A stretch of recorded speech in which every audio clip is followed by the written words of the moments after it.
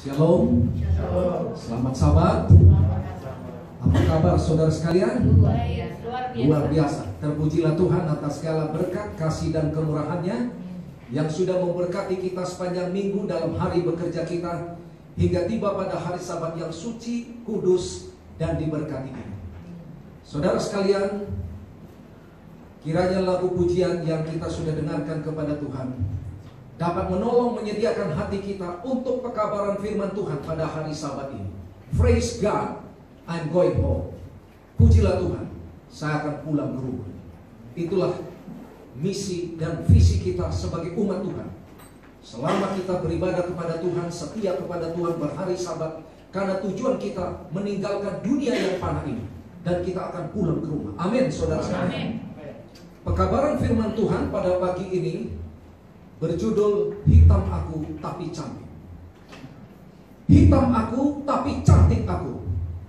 Demikianlah ungkapan perasaan dari seorang gadis desa, wanita Sulam, kepada putri-putri Yerusalem di istana Sulaiman. Saudara sekalian, bila mana saudara pelajari cerita ini, saudara dapati di dalam kitab Kidung Agung. Kitab Kidung Agung ini ditulis oleh Raja Sulaiman sendiri. Dan kitab Kidung Agung ini ditulis sekitar tahun 965 sampai dengan 960 sebelum Tarikh Masehi, sebelum Yesus menjelma menjadi manusia. Dan kalau saudara pelajari tema dari kitab Kidung Agung ini dengan tema kenikmatan cinta dalam pernikahan. Kitab Kidung Agung ini merupakan kitab yang unik, berbeda dengan kitab yang lainnya yang ada di dalam Alkitab. Karena kitab ini berisi syair-syair atau puisi-puisi cinta tentang dua orang yang sedang dimabuk asmara cinta.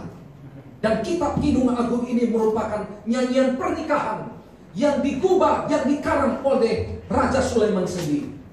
Bagi orang Israel, kitab ini hanya diizinkan dibaca dan dipelajari sesudah mereka berusia 30 tahun, karena sudah dianggap dewasa. Saudara sekalian, saya pernah pada waktu melayani di Jemaat Ratna di Palembang, waktu itu ekstensif dari mahasiswa kependetaan. Pada waktu itu saya bertemu dengan seorang muslim. Kemudian dia tertarik untuk mempelajari firman Tuhan. Lalu dia bertanya kepada saya tidak setuju kalau kitab Agung, Kidung Agung ini dimasukkan di dalam kanonisasi Alkitab.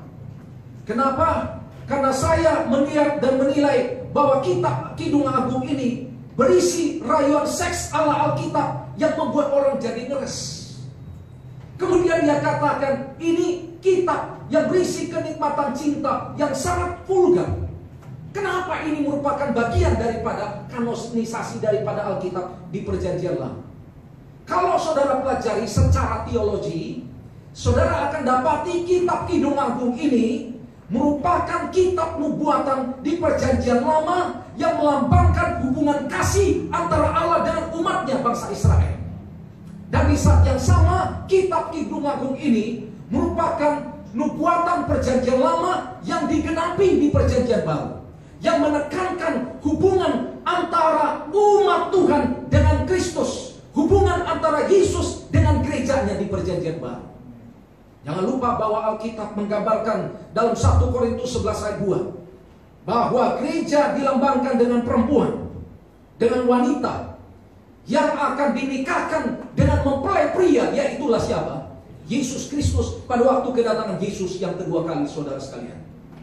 Dan bila mana saudara pelajari bahwa kitab Kidung Agung ini menekankan bahwa hubungan kita dengan Tuhan sama seperti hubungan suami dan istri. Tidak ada yang tersembunyi, terbuka, telanjang, romantis. Tuhan mau hubungan saudara dengan Tuhan seperti hubungan suami dan apa? Suami dan istri. Itulah sebabnya ditulis kitab Kidung Agung ini, saudara sekalian. Amin. Amin. Tidak ada yang tersembunyi. Dan saudara sekalian, kitab Kidung Agung ini menekankan hubungan antara Allah dan umatnya yang begitu mesra, begitu romantis, telanjang seperti hubungan suami dan istri. Dan saudara sekalian, Tuhan memberikan kitab Kidung Agung ini untuk mengingatkan hubungan kita, kesetiaan kita dengan Tuhan. Ketika saudara tidak setia kepada istri, sama dengan tidak setia kepada Tuhan. Ketika saudari tidak setia kepada suami, sama dengan tidak setia kepada Tuhan. Hubungan suami istri tercermin dan menghubungkan dengan kesetiaan kepada siapa? Kepada Tuhan. Nah, kalau saudara pelajari, ada dua penafsiran mengenai tokoh pemeran utama dari kitab Kidung Agung ini. Ada seorang komentator Alkitab yang bernama Douglas Jacoby. Dia katakan bahwa pemeran dari kitab Kidung Agung ini merupakan cinta segitiga. Cinta segitiga antara Raja Sulaiman, lalu kemudian dengan wanita Sulam, lalu kemudian dengan gembala desa. Jadi sebetulnya bahwa menurut komentator Alkitab ini, Douglas Jacoby ini, dia katakan bahwa wanita Sulam ini sudah pacaran dengan gembala desa. Dan Sulaiman cemburu. Sulaiman mencintai wanita Sulam ini, saudara. Itu versi dari Douglas Jacoby. Nah, kalau saudara pelajari, ada juga penafsiran yang berbeda mengenai tokoh pemeran utama dari kitab Kidung Agung. Ada satu buku komentator dari Old Testament, Perjanjian Lama, yang ditulis oleh Frank Delitzsch. Dia katakan bahwa pemeran kitab Kidung Agung ini hanya dua. Kisah asmara antara Raja Sulaiman dengan wanita Sulam. Jadi kitab Kidung Agung ini membicarakan dua sejoli yang sedang dimabuk asmara, yaitulah Raja Sulaiman dan wanita Sulam yang cantik. Mungkin kita bisa membayangkan bagaimana paras kecantikan daripada wanita Sulam ini. Mungkin kita bisa saja membayangkan kulit dan senyumnya seperti Paramita Rusady, atau tubuhnya seperti Tamara Beljanski, saudara-saudara. Tetapi tidak demikian, saudara-saudara sekalian. Bila mana saudara pelajari mengenai wanita Sulam ini, dalam Kidung Agung 1 ayat yang kelima, ayat inti khotbah, disebutkan, memang hitam aku tetapi cantik. Hai putri-putri Yerusalem, seperti kemah orang Kedar, seperti tirai orang Salma. Kalau saudara pelajari, kata Sulam atau gadis Sulam ini berasal dari bahasa Ibrani Sulamit. Dan dialah tokoh mempelai perempuan, tokoh utama dari kitab Kidung Agung ini, saudara-saudara. Kata Sulamit atau Sunamit artinya menekankan mengenai gadis Sunem yang berasal dari desa Sunem atau desa Sulam. Ada orang yang mengatakan gadis Sulam, ada orang yang mengatakan gadis Sunem. Tapi yang pasti menunjuk kepada wanita yang cantik, wanita yang kulitnya hitam, saudara-saudara sekalian. Siapa wanita ini? Wanita ini berasal dari gadis desa Sunem atau desa Sulam. Keturunan siapa wanita ini, gadis Sunem ini? Kalau saudara baca dalam Kejadian 25 ayat 13, inilah anak-anak Ismail. Disebutkan menurut urutan lahirnya Nebayot, anak sulung Ismail, selanjutnya Kedar. Jadi saudara lihat bahwa Ismail ini adalah kakak beradik dengan siapa? Siapa saudara? Ishak. Ishak keturunannya adalah bangsa Israel. Sedangkan Ismail keturunannya adalah bangsa Arab di Timur Tengah, saudara. Jadi dia adalah orang Kedar, seperti kemah orang Kedar. Wanita Sulam ini adalah berkulit hitam, adalah orang apa? Orang Arab kalau menurut Alkitab, saudara sekalian.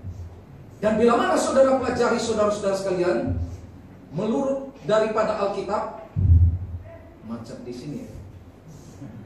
Bila mana saudara pelajari bahwa wanita ini berkulit hitam dan dia tapi cantik seperti tirai orang Salma. Nah, biasanya kemah orang Kedar itu pada umumnya dibuat dari bulu domba jantan hitam. Jadi seperti itulah kulit wanita ini, bulu domba jantan hitam. Nah, kalau Anda pelajari orang Kedar dan juga orang Salma, itu adalah dua suku Badui di Arabia. Dan disebutkan wanita Sunem ini, walaupun kulitnya hitam seperti kemah orang Kedar yang terbuat dari bulu domba jantan hitam, tapi disebutkan dia manis, cantik seperti tirai-tirai orang Salma. Dan itulah keterangan Alkitab mengenai wanita Sunem ini, saudara-saudara sekalian. Salomo pada waktu itu sedang mengadakan kunjungan untuk melihat kebun anggurnya di wilayah Israel di bagian utara. Pada waktu Salomo berkunjung di kebun anggurnya, Tanpa dia sadari, dia bertemu dengan wanita Sunam ini, saudara-saudara sekalian. Dia punya kebun anggur di wilayah Baal Hamon namanya. Dan di tengah-tengah kunjungannya Raja Salomo, Raja Sulaiman ini bertemu gadis desa yang cantik ini, yang bekerja di kebun anggur saudaranya, yaitulah di desa Sulam, saudara-saudara sekalian. Nah, kalau Anda perhatikan lebih lanjut dalam buku Kidung Agung ini, pada waktu pertemuan Raja Sulaiman dengan gadis Sunam ini, Raja Sulaiman ini tertarik dengan gadis desa ini. Sehingga apa yang terjadi? Kemudian saat itu juga, ya namanya juga raja, punya kekuasaan. Dia perintahkan kepada prajuritnya supaya diboyong langsung, dibawa ke istana, karena dia mau jadikan wanita ini, dia nikahi menjadi istri. Dan dengan kekuasaannya sebagai raja, kemudian wanita ini diboyong lalu dibawa ke istana Sulaiman. Lalu dia masuk ke istana Sulaiman. Tanpa dia sadar, dia tertidur di tempat tidur yang empuk di istana Sulaiman. Pada waktu dia bangun pagi, tiba-tiba dia merasa bahwa dia sudah berada di atas tempat tidur yang empuk, di kamar yang mewah. Lalu banyak putri-putri Yerusalem yang kulitnya putih-putih menyindir dia. Siapa perempuan ini? Dekil sekali, hitam sekali, saudara-saudara. Kan protes kan? Ini perempuan dari desa mana ini? Karena putri-putri Yerusalem itu rata-rata kulitnya bagaimana? Orang Israel, putih-putih, saudara-saudara sekalian. Itu sebabnya dia protes wanita Sunam ini. Hitam aku, tapi cantik aku. Seperti apa? Seperti tirai salma. Itu sebabnya dia mengungkapkan kata-kata itu, saudara-saudara, kepada putri-putri yang ada di Yerusalem. Nah, kalau saudara pelajari lebih lanjut dalam Kidung Agung 1 ayat yang kelima, wanita Sunam ini memberikan alasan kenapa kulit saya menjadi hitam seperti kemah daripada orang Kenan. Dalam Kidung Agung 1 ayat yang ke-6 dikatakan, janganlah kamu perhatikan bahwa aku hitam, dia bilang sama putri Yerusalem, karena yang membuat kulit saya hitam karena terik matahari membakar aku. Putra-putra ibuku marah kepadaku. Jadi abang-abangnya marah kepada dia, lalu dia dijadikan menjadi penjaga kebun-kebun anggur abangnya. Sementara kebun anggurnya sendiri dia tidak jaga. Jadi kalau saudara pelajari, panas matahari yang membuat warna kulit ini menjadi hitam. Tapi dia tidak menghilangkan kecantikannya. Walaupun dia hitam seperti kemah orang Kedar, tapi dia manis dan cantik seperti tirai-tirai orang Salma. Mungkin seperti orang India lainnya, hidungnya mancung, ya, bibirnya tipis, kulitnya putih, tinggi semampai barangkali. Nah, saudara-saudara, kenapa saudara-saudaranya laki-laki marah kepada dia dan dijadikan dia menjadi penjaga kebun anggur daripada abang-abangnya? Mungkin dia sedang pergi dengan dia pacaran dengan gembala desa tadi. Dan untuk mencegah dia jangan pacaran, jangan menghabiskan waktu dengan pacarnya gembala desa, makanya dia dikasih tugas, jaga ini apa? Jaga ini kebun anggur kami. Dan bila mana saudara baca dalam Kidung Agung 2 ayat 15, abang-abangnya katakan kepada dia, wanita Sulam ini, tangkaplah bagi kami rubah-rubah itu, rubah-rubah yang kecil yang merusak kebun-kebun anggur, kebun-kebun anggur kami yang sedang berbuah. Saudara sekalian, menurut persepsi dan budaya banyak orang, khususnya orang Indonesia, umumnya wanita cantik itu dianggap mereka yang memiliki kulit putih, tubuh yang langsing, tinggi semampai, dan lain sebagainya. Cantik bagi kebanyakan mereka adalah berkulit putih. Tetapi berbeda bagi orang Eropa. Mereka justru sangat mendambakan wanita yang berkulit gelap, yang berkulit hitam, saudara. Karena bagi mereka warna kulit keunikan. Mereka menganggap bahwa wanita berkulit hitam terlihat eksotis, katanya, saudara. Dan bila mana saudara pelajari, ada 8 kelebihan wanita kulit hitam. Jadi jangan pernah minder bagi saudara wanita yang mempunyai kulit hitam. Dan yang pertama, wanita yang memiliki kulit hitam akan terhindar dari resiko kanker kulit. Luar biasa ini penelitian. Mereka yang memiliki warna kulit putih sangat mudah terkena resiko penyakit kulit dan rusaknya jaringan sel kulit saat terkena paparan sinar matahari ultraviolet. Yang kedua, kelebihan wanita berkulit hitam. Wanita yang memiliki kulit hitam tidak perlu pusing mencari produk anti-aging. Iya kan? Karena wanita yang berkulit hitam akan tampak lebih awet muda dibandingkan dengan wanita yang berkulit putih sesudah di usia tua. Saya tidak tahu saudara setuju atau tidak. Yang ketiga, wanita berkulit hitam bebas beraktivitas di luar tanpa khawatir dan takut kulitnya terbakar. Karena kebal dia sinar matahari.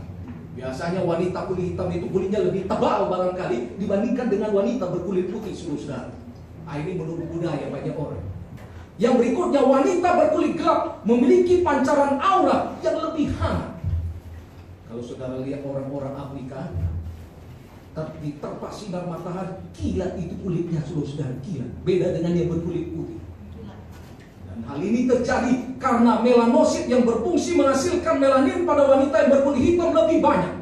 Melanin inilah yang membuat wanita kulit putih dan hitam mempunyai wanita kulit hitam mempunyai aura yang lebih hangat. Yang kelima, wanita yang berkulit hitam juga mempunyai manfaat sebagai penangkal radikal bebas. Dan disebutkan Anda wanita yang memiliki kulit hitam patut berbangga memiliki kulit hitam karena kamu memiliki kulit yang eksotis dan menarik di mata orang lain. Dan yang ketujuh, siapapun tidak akan pernah bosan saat memandang Anda karena wanita kulit hitam itu tidak membosankan.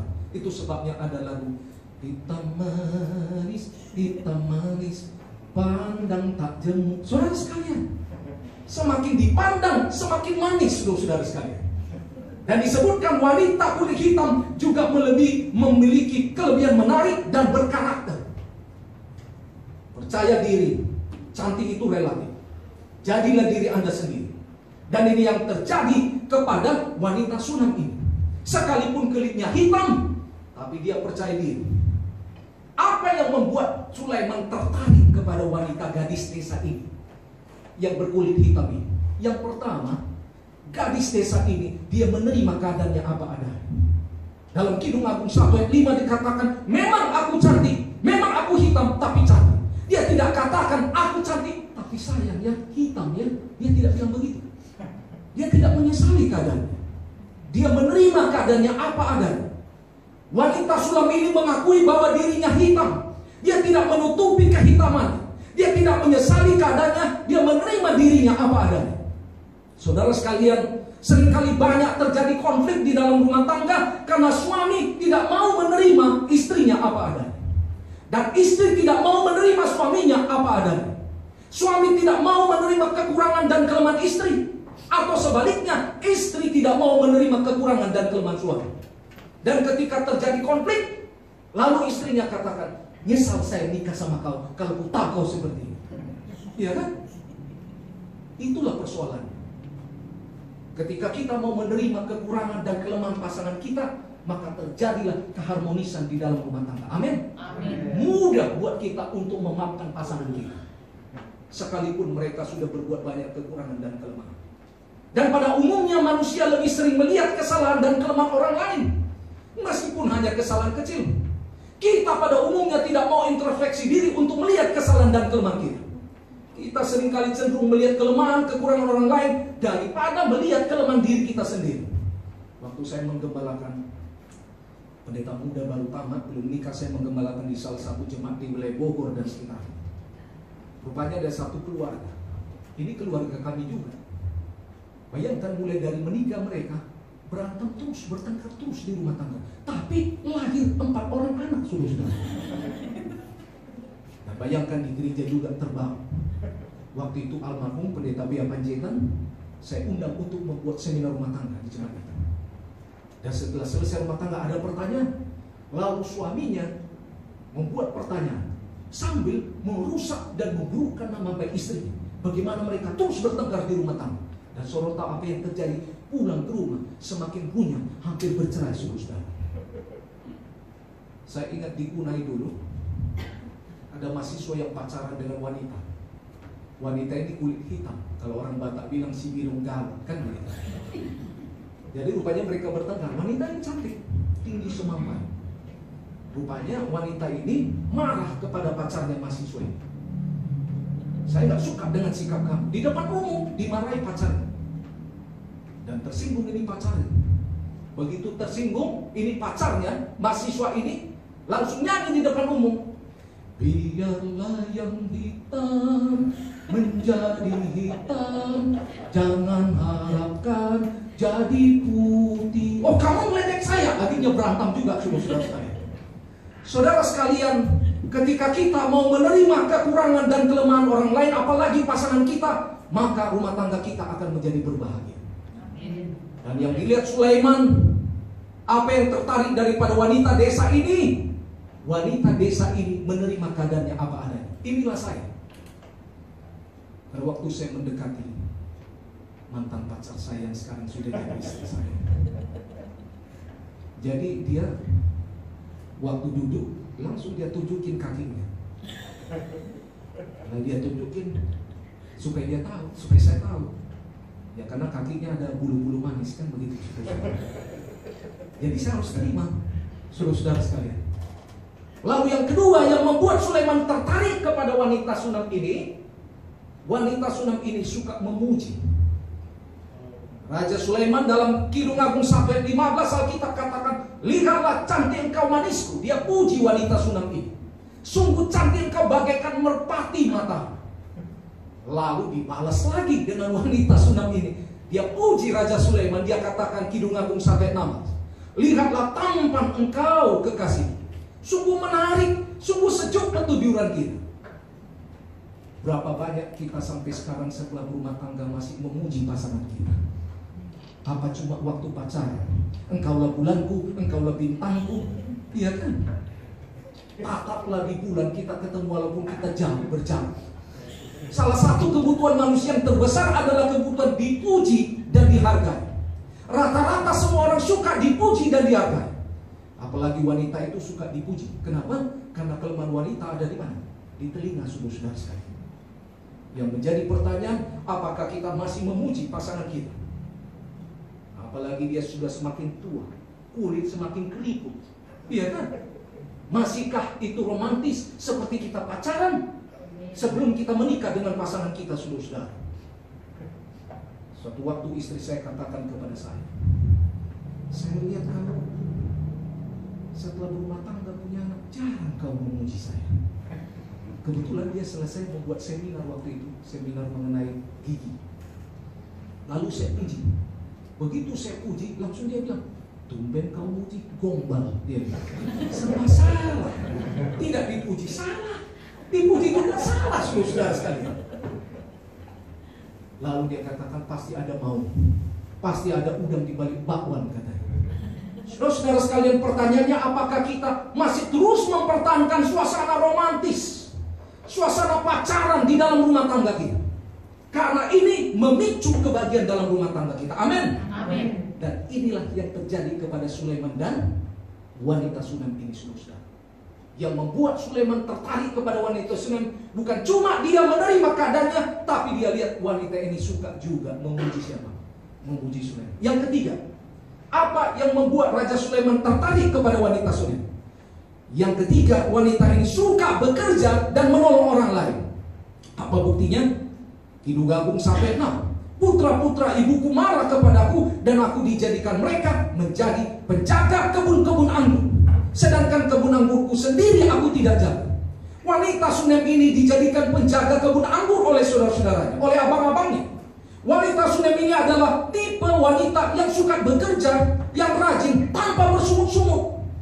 Wanita ini suka menolong. Lihat, buktinya kebun anggur abangnya dia apa? Dia kerjakan. Dia bersedia menjaga kebun anggur orang lain. Saudara sekalian, suami istri haruslah orang yang suka bekerja untuk mencukupi kebutuhan rumah tangga dan masa depan rumah tangga. Suami istri yang suka bekerja akan sanggup mengatasi kesulitan ekonomi dalam rumah tangga. Itu sebabnya Alkitab katakan dalam 2 Tesalonika 3 ayat 10, jika seorang tidak mau bekerja, jangan ia makan. Kalau istri yang rajin bekerja, biasanya dia adalah seorang pembersih. Walaupun biasanya istri yang suka bekerja dan pembersih ini, ketika mulai lantai kotor agak cerewet dia, saudara-saudara. Biasanya begitu, saudara-saudara sekalian. Dan istri yang rajin dan suka menolong akan semakin lebih dicintai oleh suaminya. Dan saudara lihat, wanita sulam ini, dia percaya kepada abang-abangnya yang memberikan pekerjaan kepada dia. Kadang-kadang bisa saja suami istri tidak saling percaya, saudara-saudara. Pernah saya mendekati seorang wanita sebelum saya berkenalan dengan dia. Pada waktu saya dekati dia, ini kan sekretaris di perusahaan saya. Belum lagi saya menyatakan isi hati saya, mau memastikan, mendekati. Saudara tahu apa jawabnya? Kalau nanti sudah berumah tangga, gajimu, gajiku. Luar biasa. Semakin mentah perasaan saya sama dia, saudara. Gak jadilah, kan begitu, saudara. Egois ini wanita, kan begitu. Tapi lihat, wanita sulam ini dia tidak egois. Sekalipun dia disuruh oleh abangnya menjaga itu kebun anggur mereka, dia selalu apa? Tidak bersungut-sungut. Dia rajin untuk bekerja. Itu sebabnya Alkitab katakan Amsal 12 ayat 4. Istri yang cakap adalah mahkota daripada suami. Yang keempat, apa yang membuat Raja Sulaiman tertarik kepada wanita gadis desa ini? Dia selalu bersyukur. Dalam Kidung Agung 1 ayat yang ke-6, aku dijadikan mereka penjaga kebun anggurku, sedangkan kebun anggurku sendiri tidak kujaga. Wanita sulam ini dijadikan penjaga kebun anggur oleh saudaranya, dan dia menjaga kebun anggur mereka tanpa bersungut-sungut. Dia selalu bersyukur untuk apapun yang terjadi kepadanya, sekalipun dia harus menerima yang buruk dalam hidupnya, yaitu menjaga kebun anggur orang lain. Saudara sekalian, suami istri haruslah orang yang suka bersyukur daripada bersungut-sungut dalam rumah tangga. Karena dengan senantiasa bersyukur, maka Tuhan mencurahkan berkat bagi rumah tangga tersebut. Yang terakhir, apa yang membuat Sulaiman tertarik kepada wanita ini? Tidak matre, tidak mata duitan. Kan ada nyanyian cewek matre, kan begitu, saudara. Kalau saudara baca Kidung Agung 8 ayat 11 dan 12, Salomo mempunyai kebun anggur di Baal Hamon. Diserahkannya kebun anggur itu kepada para penjaga. Masing-masing memberikan mereka 1000 keping perak untuk hasilnya, dikasih sama penjaganya. Lalu kemudian saudara baca ayat 12. Kebun anggurku yang punyaku sendiri ada di hadapanku. Bagimulah 1000 keping itu, Raja Salomo, dan 200 bagi orang-orang yang menjaga hasil. Jadi bayangkan, Raja Salomo ini mau kasih hasil dari kebun anggurnya kepada wanita sulam. Wanita ini katakan, kebun anggurku punyaku sendiri ada di hadapanku, kasihlah itu sama mereka. Nggak mata duitan, saudara-saudara. Nggak matre. Jadi kebun anggur yang dimiliki wanita sulam ini, itu bukanlah pemberian atau hadiah atau mas kawin dari Raja Salomo, tidak. Melainkan kebun yang dimilikinya sebagai warisan dari ayahnya sendiri. Wanita sulam ini mencintai Raja Sulaiman apa adanya. Bukan karena dia raja, bukan karena dia banyak harta, bukan oleh karena dia terkenal. Wanita sulam ini tidak pernah menduga dan tidak bermimpi mendapatkan suami raja besar seperti Sulaiman. Tidak pernah dia bermimpi. Polos-polos saja dia, saudara-saudara. Dan hal ini tampak mustahil karena dia merasa bahwa dia wanita yang sederhana, yang kurang diperhitungkan. Dia hanya penjaga kebun anggur pribadi yang sederhana bersahaja. Tapi Raja Sulaiman betul-betul jatuh hati kepadanya, dan dia diangkat menjadi ratu atau permasyuri raja. Saudara perhatikan, banyak komentator Alkitab dari Old Testament mengenai kitab Kidung Agung ini yang menyebutkan Salomo tertarik kepada kecantikan dan ketulusan wanita sulam ini. Dan inilah yang membuat Sulaiman melepaskan praktek poligaminya. Kan luar biasa Sulaiman ini kan. Entah berapa istrinya kita nggak tahu. Iya kan, sekian gundiknya. Mungkin sudah harus bangun asrama dia barangkali kan. Kalau 1000 semua, dia bangun 1000 kamar. Saya nggak tahu bagaimana dia ingat gak itu nama istrinya. Malam ini silakan menghadap. Iya kan? Luar biasa. Dan menurut komentator Alkitab, setelah dia menikah dengan wanita Sunem ini, dia tinggalkan praktek poligami. Dan dia kembali kepada ide pernikahan yang sesungguhnya yang terdapat dalam Kejadian 2 ayat 33. Dan inilah awal pertobatan daripada Raja Sulaiman. Satu hari Mungkin saudara tahu cerita tentang keharmonisan rumah tangga dari seorang artis yang bernama Christopher Reeve dan istrinya Dana. Christopher Reeve inilah pemeran film Superman yang sangat terkenal. Dia menikah dengan wanita cantik yang bernama Dana pada tahun 1992. Dan mereka dikaruniai seorang putra bernama William Christopher.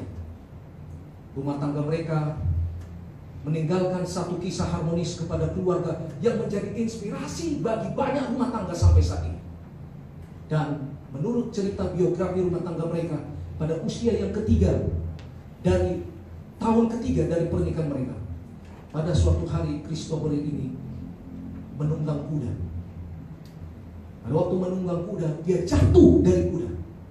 Dan akhirnya tulang belakangnya ini remuk dan patah, saudara. Jadi pada waktu dia memainkan film Superman, rupanya tulang belakangnya Superman baru kali, saudara. Dan pada waktu itu tulang belakangnya remuk. Dan setelah peristiwa itu terjadi, dia cacat seumur hidup. Peristiwa ini seringkali membuat Christopher ini mau bunuh diri. Dia tidak percaya diri. Dan disinilah diuji kesetiaan daripada istrinya, Dana, kepada suaminya, saudara. Dan apa yang terjadi, Dana sebagai istri tidak pernah putus asa akan keberadaan suaminya. Dia dengan setia menjalani harinya, merawat suami tercinta yang cacat, dan tidak pernah mundur atau menyesali pernikahannya.